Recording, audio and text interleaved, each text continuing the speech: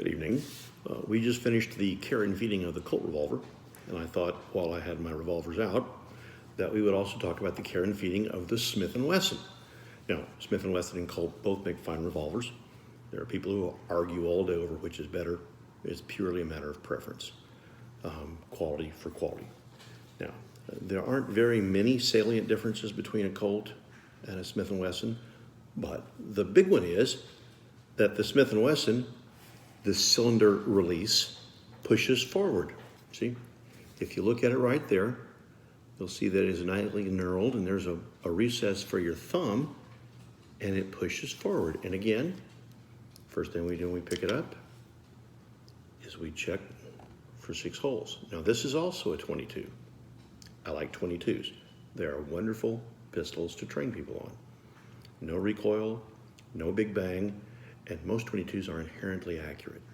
But again, once we've checked it, to open the piece, push forward with your thumb. And remember, we talked about our grip. These 2 fingers push the cylinder out. We've got positive control of the cylinder, the weapon we can reload, and the ejection to kick out the empty cartridge cases. Now, when I'm talking to beginners, often I refer to a cartridge as bullet.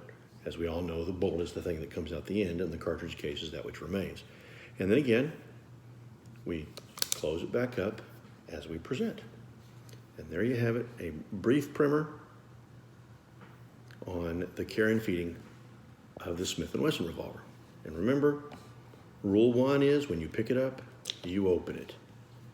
If someone hands it to you, you open it. If you'd put it down 2 minutes ago and you picked it back up, you open it. And rule 2 is you never ever point it at anything you don't mind having a hole in. Okay? Everything else works the same. Single action, and again we have a 3-pound trigger, or double action, like that.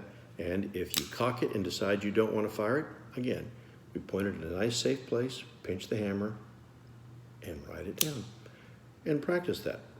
You never can tell when you're going to need that skill. Once again, welcome to the rights, privileges, and responsibilities of citizenship. Take care.